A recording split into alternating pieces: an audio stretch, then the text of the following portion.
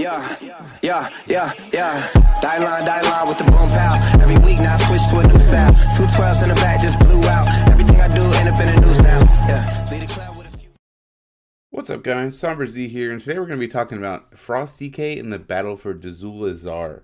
And, kind of 8.1, 8.2, where Frost is at right now, your stat weights, your trinkets, your Azerite traits, your talents, different types of play styles, your opener, your cold heart window. And we'll go over all that stuff for rating and Mythic Plus, and then we'll kind of talk about when it's good to play Frost and when it's good to play Unholy. All right, let's get right into it. All right, so where Frost is right now, we're doing pretty bad coming out of the last raid. Losing Origination Array did a pretty big hit to our mastery. So right now I'm sitting at 411 item level. I've got 50% mastery. While we were in Uldir, we had about 30% extra while in the raid. I was sitting at like 60, 70, almost 80%, and now I'm back down to 50. And they try to make up for that with Treacherous Covenant, but if you don't have Treacherous Covenant, then, and they nerf Treacherous Covenant, so Frost is just kind of sitting in a really bad spot. But what we can do about that is kind of really know our class and be good at, kind of the little niches that Frost is good at, which is multi-target sustained AoE with Breath of Sindragosa and Frostworm's Fury lining up properly inside of the Cold Heart window and kind of maximizing the damage you're going to do with your Breath and maximizing the damage you're going to do with your Frostworm's Fury, which is your big dragon button, A lot of people get that mixed up, and Breath of Sindragosa is the, over the time, and Frostworm's Fury is the one button does all the damage. But if you're here and you're learning Frost DK, you should probably know that already.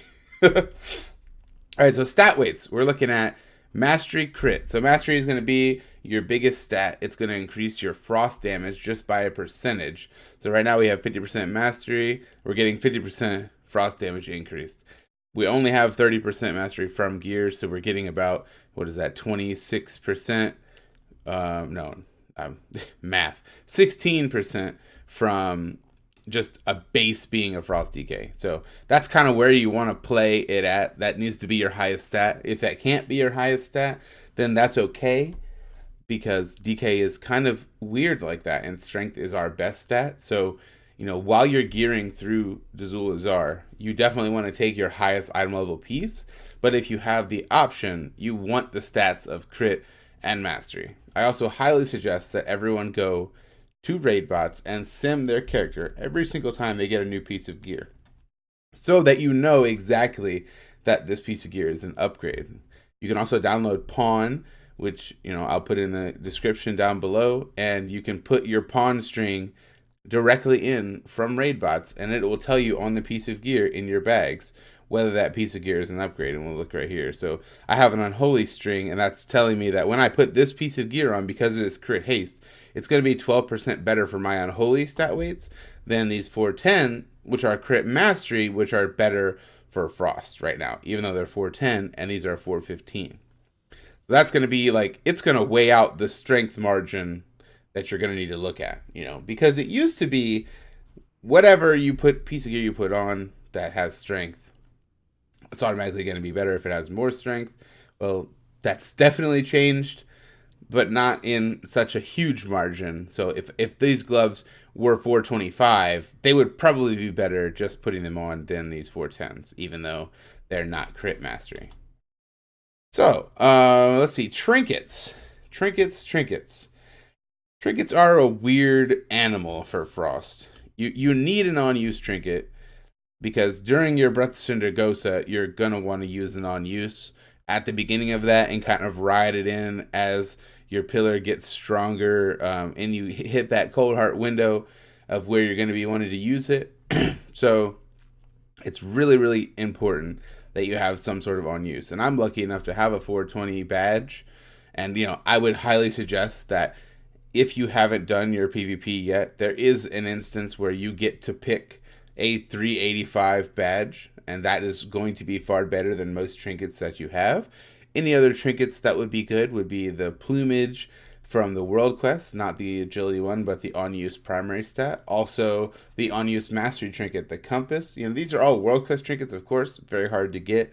But if you want to go for something that's more farmable, I would go for the Underrot trinket. It isn't as great because by the time the strength dies off, it's a lot of strength up front, but by the end of the 15 seconds, it's only about 700. So you're not really getting the full use like you do out of the badge, because you get 15 seconds of 2,400, and I think it's 2,000 at about 400 item level, and then like 1,700 about 385. You get that for the full 15 seconds, whereas the Underrot trinket, which I can't think of the name of right now to save my life. Let's see. The vial of, not even going to try. I'll definitely say it wrong, and then I'll feel like I'm silly. But if you want to use the vial, that's going to be your best bet for something that you can farm and try to get at 400 or Titan Forged up to 415. And, that's a very good trinket. Now, in her off spot, we're in a hard situation right now because Grong's Rage, Primal Rage, is actually really, really, really good just because it has so much strength on it that it's going to be one of your best trinkets in the spot. If you don't want to use two on-uses, because this feels really bad because on-uses just don't work together, and it's just like, ugh. And this trinket is awful because it kills me all the time because I just think, oh, I'll use it now, and then Flame Punishment comes out, and I was an idiot for not looking at the timers, Of course, it's user error, but it still puts you in a situation where you could fuck up. You can use the Alchemy trinket, which you can upgrade all the way to 415, which is going to be great. And I'm pretty sure that's about it, unless you want to go back to Oldir or Ulduar, whatever. I already forgot the name of the old raid. It's funny. And farm out a high item level of those two trinkets, one off of Zekphos, the Tentacly one, and one off of Victus, which is, I'd never even had that one. Injector, I think is what it's called. But that's going to be pretty much trinkets, whatever has a lot of strength on it in the off slot, and then some sort of on use to make sure you use it during the breath window. And we'll go over that later on in the video. All right, so let's talk about Azerite traits. So right now we are rocking, let's take a look. We are rocking, I'm pretty sure it is two Icy Citadels, which is, one of our strongest traits. Is whenever you use Pillar of Frost, you get 1,072 strength for 6 seconds, and the effect lasts 2 seconds longer for every crit you get during that Pillar of Frost, which is really strong, especially if you have 3 of these traits, because you're going to be getting 3,000 strength at the end of your Pillar of Frost, which is actually more strength than you can maintain not during an opener in your Pillar of Frost, not during Heroism. So that actually kind of changes up how you play, which I think is really cool. Treacherous Covenant, always going to be your best bet. It just gives you strength as long as you're above 50% health. Setback is you take 15% more damage when you're low health, but really, whatever, like you're on a raid, you're going to get healed. It's better. Like, strength is just so good for DK, you can't pass this up. In the inner ring, I just suggest you sim it out. It depends on what you got. Gut Ripper is normally pretty good if you're doing like an AoE fight. Heed My Call is probably better, but let's be honest, it's just user choice at that point. Frost doesn't have anything that's super crazy like we need overwhelming power like other classes do, where they need that haste, and their Azerite traits are significantly based on this third ring. But right now, Frost is not in a situation where they really need that. In the last ring, I really, really like March of the Damned, if you can get it, just because it reduces the cooldown of Death's Advance and gives you a speed boost when you use it on top of the already speed boost, because Frost is a really slow class. All right, what I highly suggest having at least one of is Frost Whelps, and the reason that I say that is if you are in a setting where there's multiple targets up that you can hit with your Pillar of Frost, it is very strong to get that extra mastery. It's like wearing another piece of gear. So what is very important that you always point towards the direction of all the mobs. To take, for example, on Conclave, you can kind of line up to hit multiple raptors with this little breath and get that extra mastery, to kind of carry yourself to doing good damage. Whereas I see a lot of DKs out there, using their Frostwhelp towards the direction that the ads aren't even, and when it would take 2 seconds just to walk around the other side of the boss and aim it towards the other ads. Now, a little bit of a setback to this is Blizzard is buffing it soon, and it's going to be a 40-yard range, and I feel like it's going to be the new barrage, and you're not going to want to use it in PvP or not in PvP, in Mythic Plus at all, because you're going to pull the whole dungeon through the wall, and it's going to be awful. Another thing that I like, I'm using Latent Chill only because I'd have to use, Azerite on the floor. So Latent Chill is just damage whenever rooms are empty. This is not an Azerite shoulder that I want. Our best in slot helm is the helm off of Jade, whatever, Monk and Mage. And then the other best in slot is the shoulder, is from buying it from, the dropped ones. Or technically, I guess from a dungeon. But you can't get those anymore, so you have to buy them. So they're not from a dungeon, but you understand what I mean. Taking a look at the chest, we have another Icy Citadel, we have another Treacherous Covenant, and we have an Earthlink. Azerite Globes. I never really liked that for PvE. I think that's all up to choice. And then if we did have this last choice, we would, of course, pick the Anti-Magic Barrier. And the reason that we pick that it's a longer duration and a bigger shield, so that's more runic power with whatever you're soaking with AMS. And I think that's also one of the things that a lot of people don't know about Frsot DK, and that is that you use your anti-magic shell as a aggressive cooldown, if you can, during your breath, to increase your runic power to extend your breath. So if the boss does some sort of big, frontal cone that isn't going to kill you, of course, and it's magic damage, you turn on AMS while you're breathing and go stand in the frontal cone so that you can go ahead and get a little bit more runic power, so you don't have to use an Obliterate to kind of keep it going. So you can use that Obliterate to kind of get you over that cusp into a almost 20-second breath, which is going to be really big damage for you. All right, so now that we went over Azerite traits, let's look at talents really quick. Everyone should know these from previous videos, but you're looking at Cold Heart. Cold Heart is just too good to pass up. Runic Attunement. You can also pick Horn of Winter depending on how you want to play. I like Runic Attunement because during Heroism you have more auto attacks, so you're generating more runic power, so your breath is more powerful in Heroism.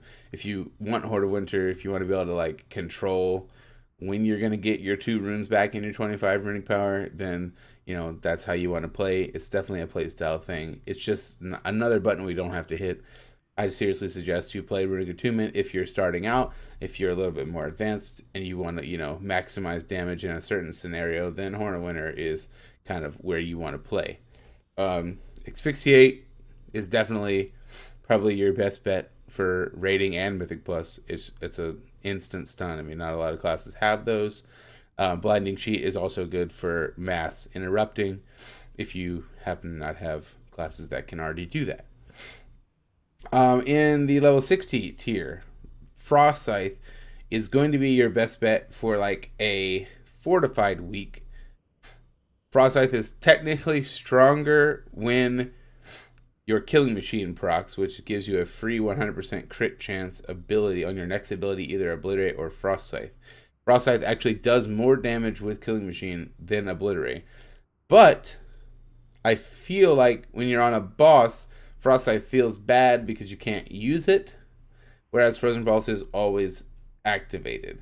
So if you feel like you can make up for the damage lost in the dungeon with Frost Scythe, then run Frost Scythe. If you can, do more damage on the ads and then make up for the lost damage with Frozen Pulse on the boss with the ad damage you do, making the dungeon go faster, then I would do that. But in my opinion, I would rather do damage to the ads and to the boss because they both need to die inevitably. So like on tyrannical weeks, I run Frozen Pulse. Sometimes on fortified weeks, I run Frostlife. Depends on how long the ads are staying up. I don't think it really gets down to the nitty gritty until higher in the keys when the ads are actually staying up a long time. All right, your level 75 trait, your choice. I see a lot of people running Wraithwalk now because we're slow and there's a lot of needed to be moving. I really like Death Pact just because it's an oh shit button. It's going to heal you a lot, but you have to talk to your healers. There actually was a situation in my guild that not all healers could see healing absorb debuffs, and they didn't know that I had a shield on me and I would die because I would take more damage after I already used Death Pact to try to save myself when they thought that I was fine. Permafrost, it's just passive. It's going to heal you. I don't really see a lot of people using it. All right, level 90, Glacial Advance is just not even used. It's literally an AoE runic power spender, and I don't know why we'd ever use it, but maybe one day it'll be good. Right now, Glacial Storm is simming 1% higher than Frostworm's Fury. But if you use Frostworm's Fury correctly, Frostworm's Fury actually does more damage in the long run than Glacial Storm. So Glacial Storm is good, and like you can make it good, but Frostworm's Fury is also really good if you line it up with procs, line it up with your on-use trinket, line it up with all that stuff so that you can maximize the damage you're going to get from it. All right, Breath of Sindragosa, the only talent that we can choose in this tier. Unfortunately, Obliteration and Ice Cap are both just not even where they're supposed to be right now, or even like they can't even touch anything of that talent. So, all right, so play style. What we're looking at is, well, I guess we'll go over opener first. I've done opener before, but we'll just review the opener really quick. Pretty much, if we walk over here to the target dummy, inside the opener, you're going to want to do 3 obliterates, and we'll do it slow. Of course, you're going to do this full speed. We're going to do it slow just so we can take a look. But so the first obliterate, you're going to end up getting a little bit of 25 runic power, and we got a Rhine proc. So you always want to use Rhine procs in between. You're going to use your next obliterate, we got a Rhine proc. We're going to always use Rhine procs in between. Then you're going to use your third obliterate, and you're going to be out of runes, of course, in the situation that we're in. Once you're out of runes, of course, we're going to use this Rhine proc. We want to pop both our empowered runic weapon and our trinket at the same time, and then pop pillar and breath at the same time. Then we're going to maintain breath and using Rhine procs with only obliterate. Do not press any other button during this time unless you happen to only have 1 rune. Okay? Then when you get in this window, and we missed the window right there because we were talking, but if you watch the buttons over here, you can kind of know. That little weak aura that I have that's tracking Pillar of Frost. Pillar of Frost actually, when you cast Pillar of Frost, each rune increases your strength by 1%. So every single time we're using that obliterate, we're getting 2% extra strength. And what you need to do, if you have Icy Citadel, which is an Azurite trait, that at the end of your Pillar of Frost increases your strength, you need to watch your strength while you're actually doing it. So let's say right now we're at 7,900 strength. So we're going to go over to this dummy, and we're going to just do, well, we should start over because we should pop pillar at the beginning so that we can get all the runes, All right, so we're going to use pillar, and we're going to use obliterate. So you're going to notice the strength is slowly tapping its way up. And we've got about 6 seconds left. Right now we're at 11,000, 11,300, and then it's over. And we get Icy Citadel, and we're at 11,700. So with not being in, with Pillar of Frost, with the rune generation we got with not having heroism, we were at 11,400 strength. And then when Icy Citadel procced, we were at 11,700 strength. So that's important to note, because when I talk about the Cold Heart window, the Cold Heart window is the maximum DPS point, the maximum strength point, the maximum mastery point, the maximum anything that you can think of, your trinket is up, whatever, is when you need to press Cold Heart. So in the actual opener, and we'll do a legit opener right here, and we'll talk about it after. We're going to do 1, 2, use the Ryan proc, 3, use the Ryan proc, pop the trinket, pop here, and then we're watching. We're watching the timers. We got 10-second on trinket, and we have 9 seconds left on our pillar. And then 4, 3, 2, and then this is where you would also dragon right there. And of course you would keep the breath going. But, you know, for those purposes, that's just how we're going to do it right now. So that point at which I used Chains of Ice, you know, to actually consume my Cold Heart was when my trinket was still up. So I still had the 2,400 strength for my trinket. I had as many runes as I had possible in the Pillar of Frost. And I, you know, might have had any other procs, but I also had my Frostwhelp's Fury, which I just call it. It's called something else, but it's the Frostwhelp. I like Frostwhelp's Fury would have been a much better name. So, but which is the mastery you get from when you use Pillar of Frost and that breath comes out. Whatever hits, if 5 targets get hit by that breath, then you get 301 mastery if you only have 1 trait. Of course, 600 if you have 2. So you want to use your Cold Heart when you have that. But if it's not during the opener, you need to actually kind of do the math and see how many Icy Citadels you have and how much strength you can get when you're not in hero or not in your opener, because you have your trinket up, and use your Cold Heart accordingly. Because for me right now, it's stronger to use Cold Heart with Icy Citadel than it is to use it at the end of Pillar of Frost. That's really important that you, this is back to what I said, know your class, know the strength of Frsot DK, and what you can do to do a little bit better, even though we're in a bad spot right now. All right, so different play styles. A lot of people, while you're actually playing the spec, when you're not in the opener, when you're not in the, you know, when you just use your pillar and you're in the middle of the fight and you're just pressing buttons, okay? So you can either choose to keep your runic power full at all times, which a lot of people will do, but because I have latent chill, I want to use all of my frost strikes while I have no runes, instead of letting my runes regenerate, unless I'm, you know, in breath, of course, which is why latent chill is just not that great, because it doesn't apply to Breath of Sindragosa. But what built into DK is, every time we use runic power, we have a chance to quickly regenerate a rune. It happened right there. We got 1 rune back when we pressed Frost Strike, and there it was again. It just sped up the regeneration of the rune very quickly. So, you know, you can either RNG bank on that happening, or you can play with the, you know, I'm gonna sit on this runic power because I'm not at 100 yet. I know I'm at 90. Oh, I need to Frost Strike once. Okay, now I'm going to keep sitting on it because I'm not going to get another, you know, oh, I got another Obliterate. Now I'm going to use a Frost Strike. So just don't ever cap on runic power. You know, there's 2 ways you can play it. And this is the way you need to play it when you're about to be going into a breath phase, because this is how it should look when your breath is about to be up. Your runes should be almost full. And then when you pop your cooldowns, you're ready to go straight into a breath with the full 6 runes. So you can keep this breath going for quite some time, even though it's not during a, you know, heroism time or an opener. That's just how it needs to happen. And you see here, we can keep this breath going for quite some time. But as I mentioned before, this would be a good time, like right now when we're, you know, the breath was just fading.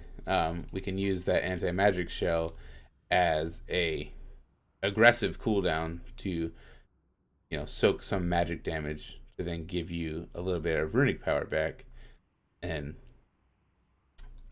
prolong your breath. Okay, so the last thing I wanted to touch on was just some things for Mythic Plus. Right now, Frostwhelp's, you know, Fury, that you know what I'm talking about, is, in my opinion, really, really good for Mythic Plus because you can always hit 5 targets when you're playing. if you're running Glacial Storm, you're going to want to run Frozen Tempest.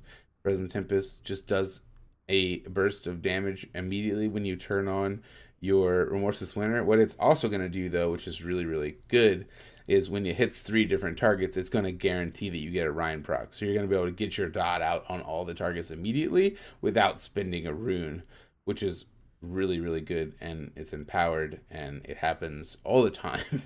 I love it. I love playing with Frozen Tempest and Mythic Plus. But yeah, the last couple of things: when to play Unholy, when to play Frost. Just look at Warcraft logs. If everybody kind of look at the percentage, and if Frost DKs are placing within, you know, a large percentage of them are within the top 80 to 90th, I will even say 70 to 90 percentile, then you want to play Frost for that fight. If Frost is just having a really hard time on that fight, okay, and we're talking opulence, okay, Frost has a super hard time with opulence, because when they add spawn and you get liquid gold on you and you have to run out, you have to stop DPS. There's nothing you can do about Howling Blast Spam, which is not that great. You just can't do damage. Whereas an Unholy DK can put out their Virulent Plague and Epidemic from outside and AoE those ads while they're dropping their gold, you know, so it's a situational thing. So you can either play the luck card, which is what I try to do. I try to play the luck card because I love Frost. Frost is my home, okay? But, you know, if your guild is struggling, if you feel like you're that weak link, there is that option for you to play Unholy, you know, figure it out. I'm not going to say that I even am any good at Unholy, but I do try to take that opportunity when it presents itself. But just know that there are fights that Frost is better on, like Twin Monks or whatever it's called, the Monk and the Mage fight, Jade something. But since those bosses are stacked up most of the time, it's better to have Breath and to AoE there. So, you know, Frost is definitely not dead. Both the DK specs are kind of in the same spot. And, you know, and I want to speak out to Blizzard and say that when we got nerfed in Ulduar, or Uldir, whatever, when we got nerfed, it was because Array was so strong that they had to put a nerf on the actual Breath of Sindragosa ability, and they reduced the base damage. So we're feeling that base damage nerf right now because we don't have Array anymore. So why didn't they revert the breath change if they knew Array was going away? And I mean, I know the answer, and the answer is everyone lost Array, so everyone, you know, hurts. But the sad truth is that most classes scale differently, and I think that it just wasn't, I don't know, Frost just wasn't, it scales so hard with mastery, and losing 30% mastery and then not getting it back, it just feels bad. So I'm sure when we're 420 item level and the, you know, Crucible is coming out, it was just announced that it's going to be on April 23rd, you know, that it'll eventually kind of even itself out. But for now, know your class, play it well, know when ads are spawning, watch timers, you know, and let's pull this Frost DK class out of the dirt, and I want to see some good numbers. All right. Well, I hope you guys enjoyed the video. You can check me out on Twitch. It's SomberZ. Just searching on Twitch. I'll put a link down in the description. We have a Discord channel. I'm always, you know, open to questions. You know, hit me up, whatever you need. You can drop it in the comments here. I'm definitely going to be coming out with special videos specifically for Frost guides for each fight as we go along in Heroic. And then I'll also do Mythic ones because some of the Mythic fights are just a little bit different. Right now, my guild is, we just killed Conclave and we're progressing on King Rastakhan. If you want to check us out, I stream Wednesday, Thursday, Monday from 9 to 12 Eastern Time. All right. Well, I hope you guys enjoyed. And good luck with the Battle for Dazul-Dazar dungeon. He won't have it, he knows his whole back to these ropes. It don't matter, he's dope. He knows that, but he's broke. He's so stacked that he knows when he goes back to this mobile home, that's when it's back to the lab again, yo. This old rhapsody better go capture this moment and hope it don't pass him.